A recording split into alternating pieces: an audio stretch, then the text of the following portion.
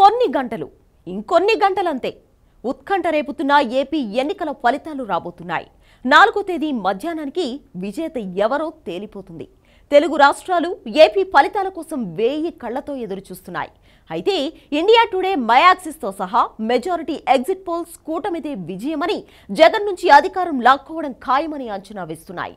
అయితే ఇంత జరుగుతున్నా జగన్ కాన్ఫిడెన్స్ మాత్రం తగ్గినట్లు కనిపించడం లేదు. పోలింగ్ ముగిసిన రోజు నుంచి ఇప్పటి వరకు అదే ధీమాతో కనిపిస్తున్నారు.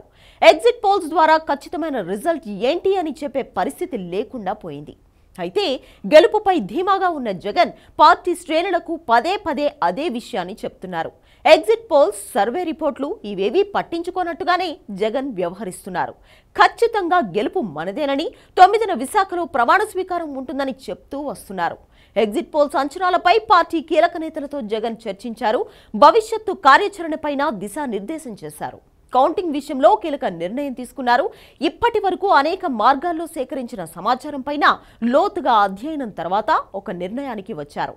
ఐపాక్ టీంతో జరిగిన సమావేశంలో 2019 కంటే ఎక్కువ సీట్లు సాధిస్తామని జగన్ చెప్పారు.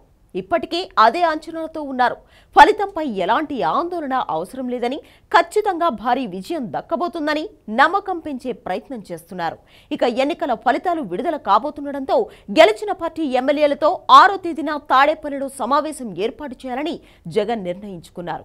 ఈ మేరకు కౌంటింగ్ తర్వాత ప్రతి ఎమ్మెల్యేకు సమాచారం ఇవ్వాలని, ఎంపీ అభ్యర్థులతో సహా అందరూ తాడేపల్లిలో అందుబాటులో ఉండాలని జగన్ సూచించారట.